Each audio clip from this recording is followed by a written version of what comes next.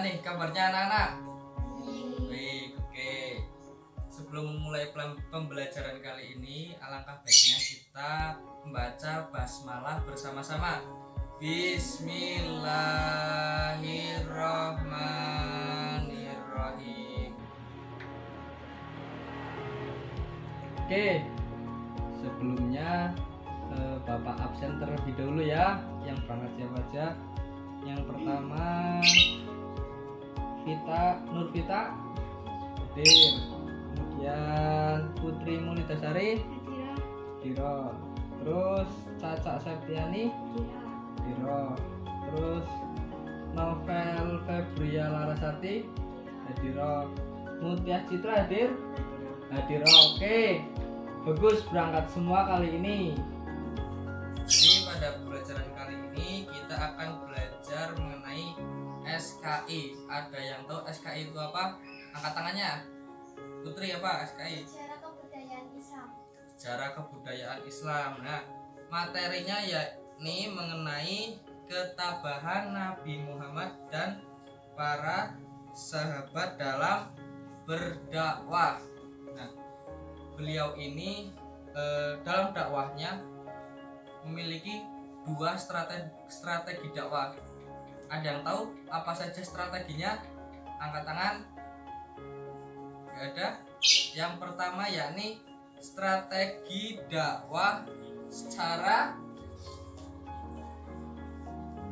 sembunyi-sembunyi, dan kemudian ada dakwah secara terang-terangan. Oke, kita bahas yang pertama dulu. Dakwah secara sembunyi-sembunyi. Ini ada gambar amplop, kita ambil gambarnya. Coba, ini gambar apa menurut kalian? Ada yang tahu? Coba, apa? Putri, Caca. Orang yang sedang berkumpul. Kita apa?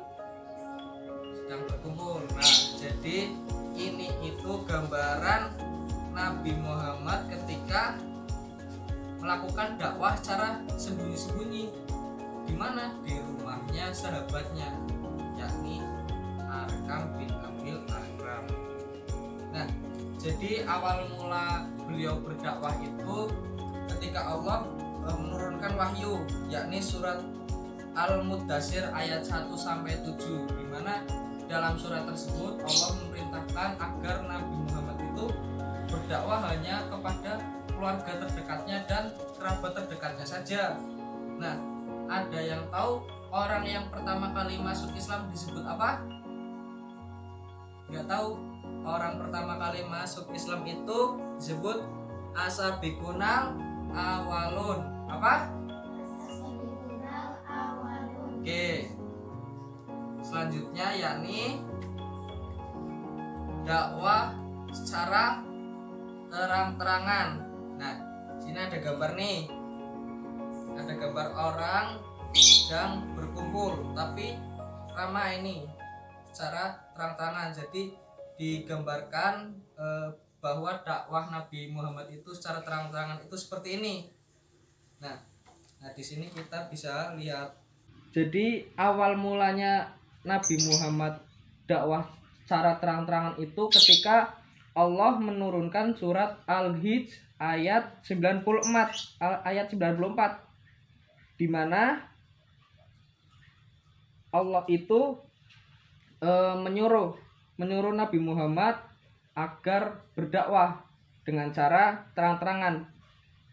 Yang dilakukan Nabi Muhammad yaitu mengundang para petinggi kafir Quraisy, diajak untuk makan bersama dan berbuat kebaikan karena Allah Subhanahu wa taala. Nah, kemudian ketabahan Nabi Muhammad dalam berdakwah.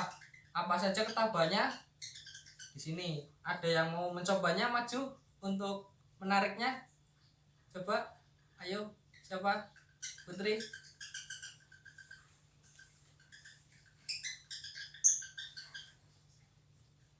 Nah, coba tarik. Yang pertama, bentar dulu. Yang pertama ada ketabahan atas ancaman paman Nabi Muhammad. Kemudian tarik lagi. Ketabahan atas ancaman penguasa Mekah.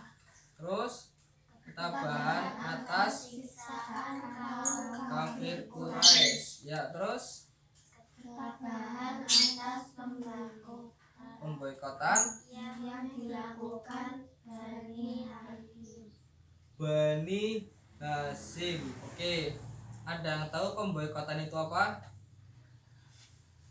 Pemboikotan itu pengucilan. Jadi Nabi Muhammad itu dikucilkan dari Bani Hasyim. Nah, kemudian ketabahan atas paman Nabi Muhammad. Paman Nabi Muhammad itu Abu Lahab. Abu Lahab itu terkenal sebagai orang yang paling gigih menentang dakwah Nabi Muhammad. Jadi Abu Lahab dan istrinya itu melempari atau meletakkan kotoran di punggung Nabi Muhammad ketika sholat. Kemudian ketabahan atas ancaman para penguasa Mekah. Jadi penguasa Mekah itu tetap menghalangi Nabi Muhammad berdakwah agar tidak menyebarkan agama Islam. Selanjutnya ada ketabahan para sahabat dalam berdakwah. Nih, kita tarik di sini. Coba dibacakan. Kita ada ketabahan siapa saja? Yang pertama,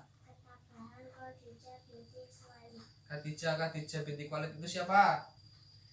Nggak tahu. Khadijah binti Khuwailid itu istri Nabi Muhammad yang beliau itu yang rela mengorbankan atau mendukung Nabi Muhammad dengan harta dan jiwanya. Kemudian ketabahan Abu Bakar. Siapa Abu Bakar? Sahabat Nabi. Beliau yang selalu mendampingi Nabi dimanapun. Ketika sholat beliau selalu sholat berjamaah bersama Nabi. Kemudian ada ketabahan siapa? Keluarga Sumayyah dulu. Ketabahan keluarga Sumayyah. Keluarga Sumayyah itu disiksa di bawah sinar matahari, tapi beliau tetap gigih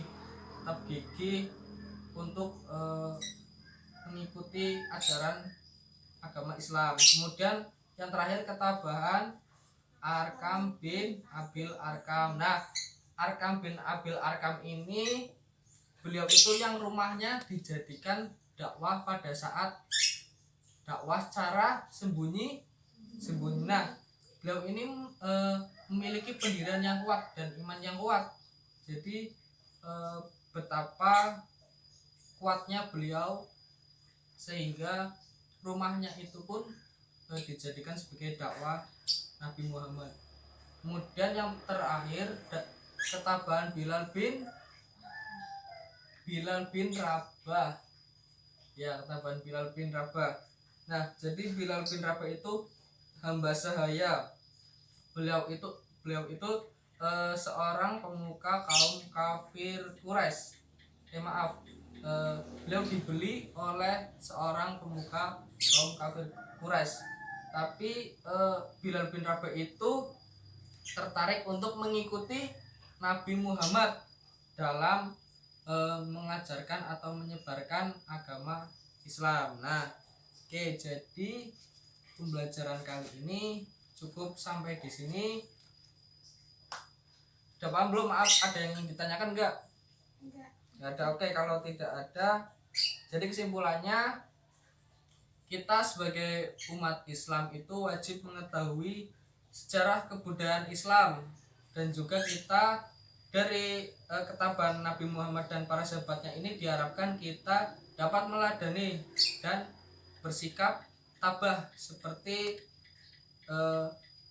sikap Nabi Muhammad ketika berdakwah dan para sahabatnya. Nah, nanti Bapak kasih PR nih, buka halaman 4. Ya, nanti di halaman 4 ada soal bisa dikerjakan. Maunya dikumpulkan kapan? Minggu depan aja. Oke, minggu depan dikumpulkan ya. Terima kasih karena waktunya sudah habis. Kurang lebihnya mohon maaf.